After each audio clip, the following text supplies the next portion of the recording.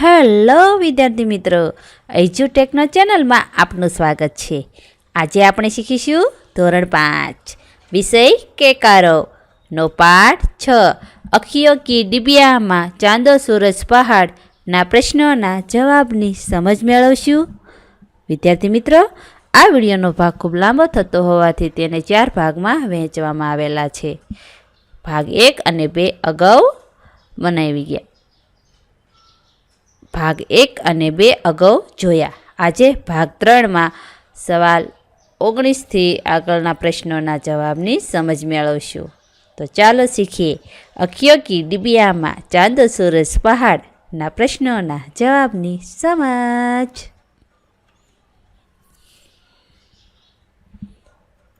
સવાલ 19. બંને ખાનામાંથી એક શબ્દ જૂથ લઈ ઉદાહરણ પ્રમાણે વાક્ય બનાવો. અહીં બંને ખાનાઓમાં શબ્દ જૂથ આપેલા છે. એમાં એક શબ્દ જૂથ લઈને ઉદાહરણ પ્રમાણે વાક્ય બનાવવાનું છે. વાક્ય જોઈ લઈએ. ઓમાં હસી હસીને મોં દુખી ગયું. આવી જ રીતે વિદ્યાર્થી મિત્રો, શરૂઆતના પહેલા અને બીજા ખાનામાં જે શબ્દ જૂથો આપેલા છે એ બંનેમાંથી એક શબ્દ લઈને વાક્ય બનાવીને લખવાનું છે. તો ચાલો પ્રથમ વાક્ય જોઈએ. હવે તેને જરા સમજણ પડવા લાગી છે. બીજું વાક્ય. ઓહો, તું તો વધીને પપ્પા જેવડો થઈ ગયો છે. ત્રીજું વાક્ય. ટ્રેનનો દૂર સુધી અવાજ સંભળાતો. ચોથું વાક્ય. હાંસતો ત્યાં જોતામાં ટોળું ભેગું થઈ ગયું. પાંચમું વાક્ય. કોક વાર મામા અમારા ઘરે આવે. અને છઠ્ઠું વાક્ય. કોઈ વાર અમે મામાના ઘરે જઈએ. આગળ. જેમ પરીક્ષા નજીક આવતી જાય તેમ વાંચનનો સમય વધારવો પડે. શેઠાણી ધીમે વાતો કરતા. વાર્તા લેખનમાં નાના વાક્યો બનાવવા. મહેમાનને આવકારે. મારી મમ્મી હસતા મહેમાનને આવકારે. વિચાર કરે. પપ્પા રાત્રે સૂતા વિચાર કરે છે. બોલતા શીખતું જાય. બાળક જેમ મોટું થતું જાય તેમ બોલતા શીખતું જાય. સવાલ 2. મોટેથી વાંચો. વાક્યના વિરામચિહ્ન અનુસાર આરોહ અવરોહથી મોટેથી વાંચી સંભળાવો. સમૂહમાં મહાવરો કરાવો. આવા બીજા વાક્યો પણ બોલાવવા. અહીં આપેલા છે વાક્યો, એને વિરામચિહ્નને અનુસાર આરોહ અવરોહથી વાંચવાના છે. દૂધ બગડે ખરું? હાંસતો. શાકભાજી બગડે જ ને. અને ફળ કેમ વળી થોડા દિવસમાં સડવા માંડે? મધ બગડતું જ હોય ને.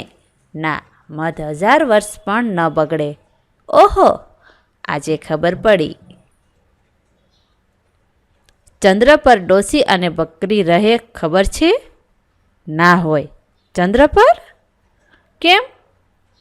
તે પૂનમે જોયું નથી? જોયું છે ને. ખાડા દેખાય છે.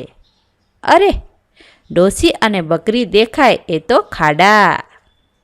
એવા લાગતા હશે, લાગે છે ને બસ ત્યારે. વાહ, શું સુંદર મેઘધનુષ્ય છે. ઓહો, કેટલો મોટો હાથી, કેટલા મોટા દાંત ને કાન. એ એક એવો ઝેરી સાપ છે કે એ કરડે તો માણસ તરત જ મરી જાય. ઓહ, સાપ એટલો બધો ઝેરી હોય? હાંસતો વળી હોય શું, છે જ. આ લે ગીત ગાઈ લઈએ.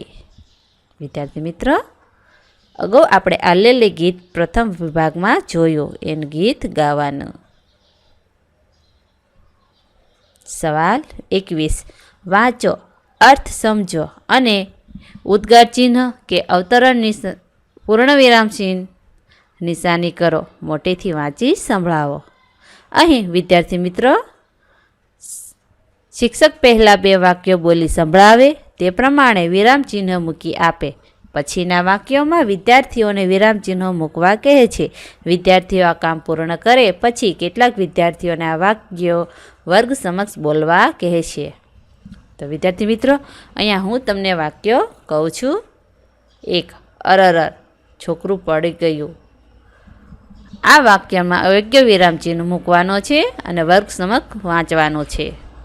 જવાબ: અરે, છોકરું પડી ગયું. એમાં ઉદ્ગાર ચિહ્ન મૂક્યું. સવાલ 2. મારા ઘરે મહેમાન આવ્યા છે. જવાબ: મારા ઘરે મહેમાન આવ્યા છે. પૂર્ણ વિરામ વાક્ય. 3. ઓહ, મને તો આજે ખબર પડી. જવાબ: ઓહ, ઉદ્ગાર ચિહ્ન મૂકીશું. મને તો આજે ખબર પડી. ઉદ્ગાર ચિહ્ન. આ વિધાન ઉદ્ગાર ચિહ્નનું. આ વિધાન ઉદ્ગાર વિધાન છે, તેથી ઉદ્ગાર ચિહ્ન મૂકશું. સવાલ 4. આહા, આવ્યું વેકેશન. જવાબ: આહા, આવ્યું વેકેશન.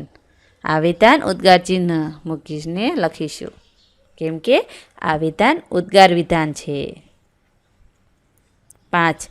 અમે આ વેકેશનમાં પ્રવાસમાં જવાના છીએ. જવાબ: અમે આ વેકેશનમાં પ્રવાસમાં જવાના છીએ. આ વિધાન પૂર્ણ વિરામ મૂકશું, કેમ કે આ વિધાન વાક્ય છે. તો વિદ્યાર્થી મિત્રો, વિધાન વાક્ય હોય એમાં પૂર્ણ વિરામ મૂકવાનું અને ઉદ્ગાર ચિહ્ન ઉદ્ગાર વાક્યમાં મૂકવાનું. સવાલ 6. અરે વાહ, તું તો બહુ મીઠું મીઠું ગાય છે. આ વિધાનમાં ઉદ્ગાર વાક્ય મૂકવાનું છે. જવાબ: અરે વાહ, તું તો બહુ મીઠું મીઠું ગાય છે. આ ઉદ્ગાર વાક્ય બન્યું. 7. કંઈ ખબર જ નથી પડતી ને. જવાબ: ઉદ્ગાર વાક્ય બનશે, તેથી ઉદ્ગાર ચિહ્ન મૂકશું. કંઈ ખબર જ નથી પડતી ને.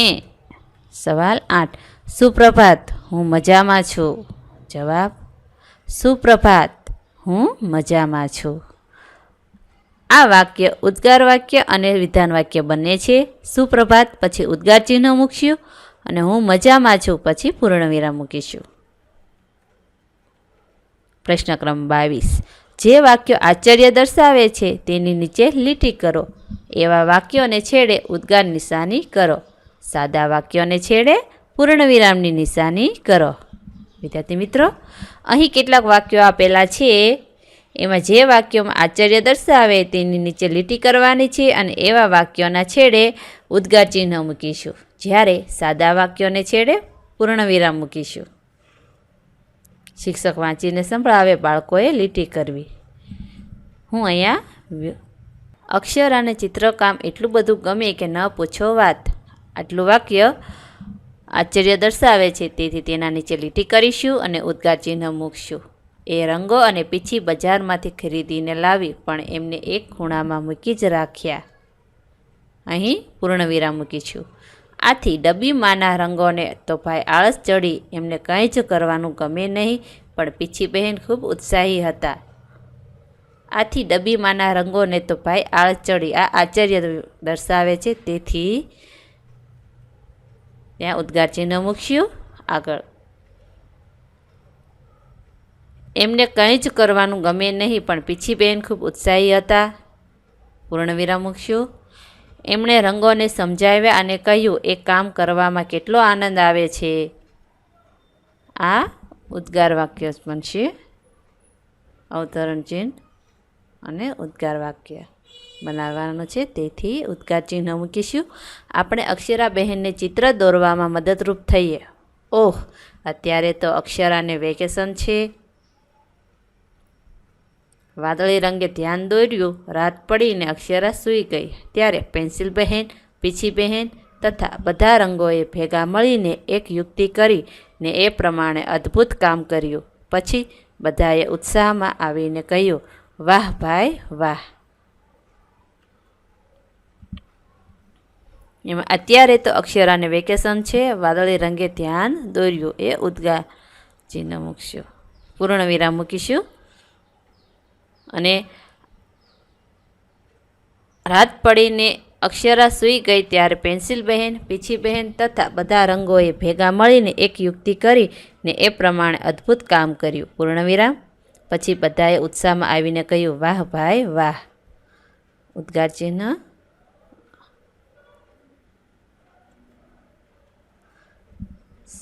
સવાલ નંબર 23. ચાલો જઈએ સપનાના દેશમાં. સપના રે સપના. વિદ્યાર્થી મિત્રો, અહીંયા એક સરસ મજાનું કાવ્ય લખવાનું છે. ચાલો લખીએ. સપના રે સપના હે કોઈ अपना, अखियों में भर जा अखियों की डिबिया, भर दे रे निंदिया जादू से जादू कर जा. सपना रे सपना अखियों में भर जा, भूरे भरे बादलों के भालू, लोरिया सुनाए लारालू. तारों के कंचों से रात भर खेलेंगे, सपनों में चंदा और तू. सपना रे सपना पीले पीले केसरी है गाँव, गीली गीली चांदनी की छाँव, बगुलों के जैसे रे डूबे हुए है रे पानी में सपनों के पाव. આ કાવ્યની રચના ગુલજારે કરે છે. વાતચીત. સવાલ 1. કવિતાની કઈ પંક્તિ તમને ખૂબ ગમી? ગાઓ. વાતચીત એટલે કે અહીં પ્રશ્નોના જવાબ આપવાના છે. જવાબ. કવિતાની નીચેની પંક્તિઓ મને ખૂબ ગમી.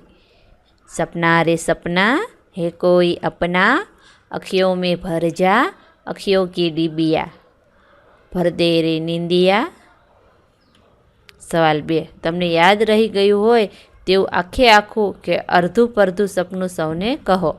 અહીં મને યાદ રહી ગયું હોય તેવું હું સપનું લખું છું.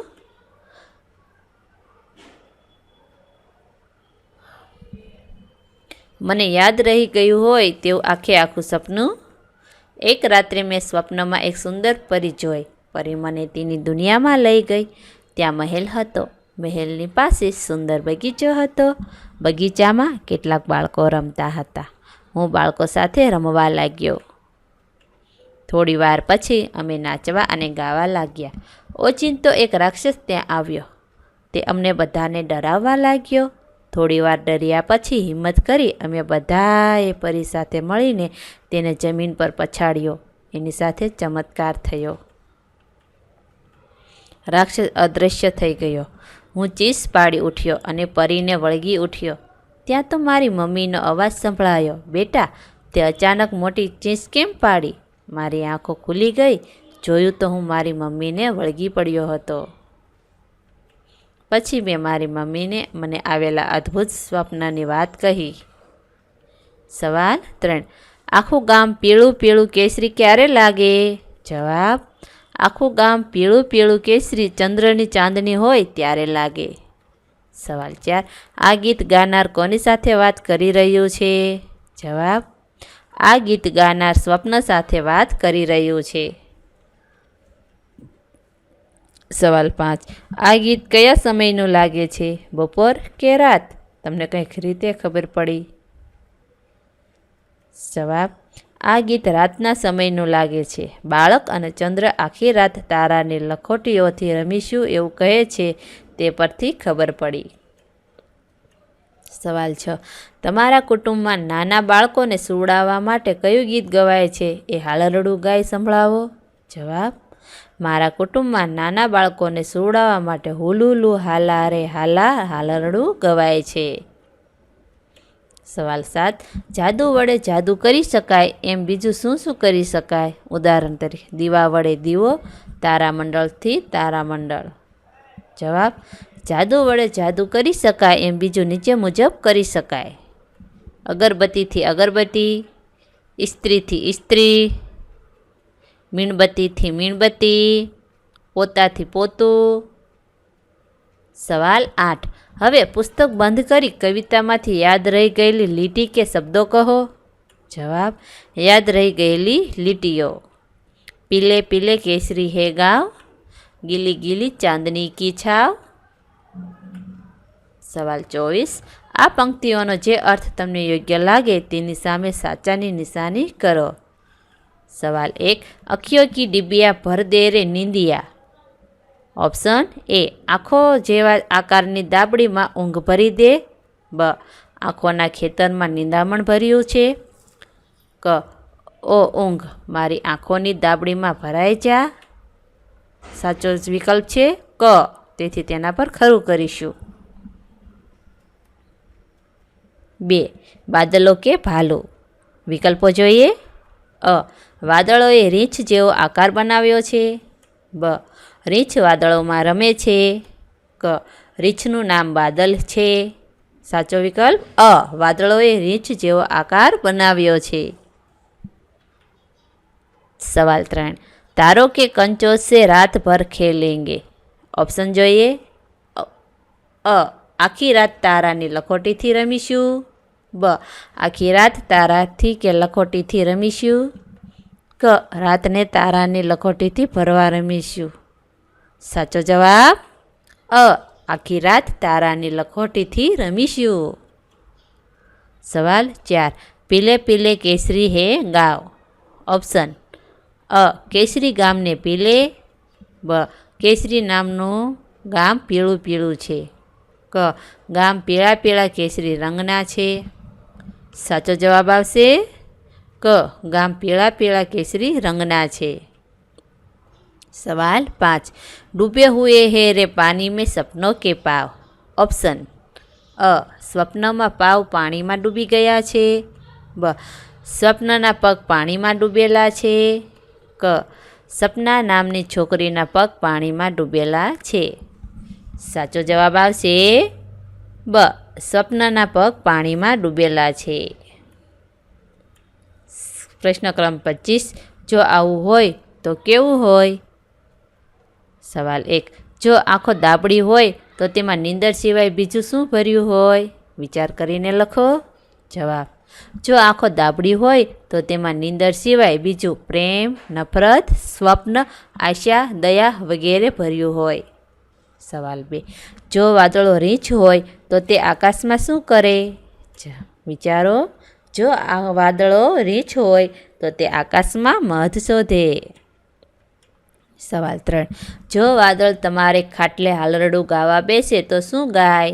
जवाब, जो वादळ मारे खाटले हालरडું गावा बेसे तो खम्मा वरसादने जाऊं वारणे रे लोल गाय।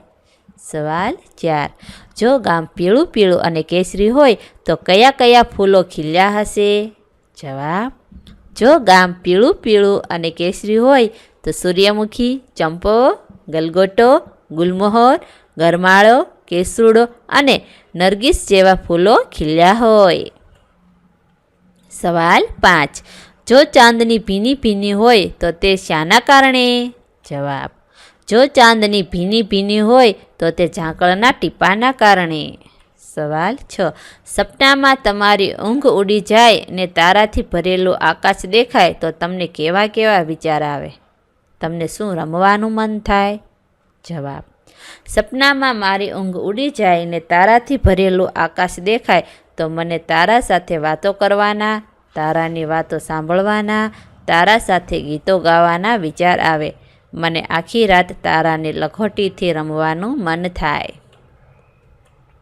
प्रश्न क्रम 26, आ कवितामां आवती होय तेवी सपनानी कोई वातनुं चित्र दोरी एमां मनगमता रंगो पूरो।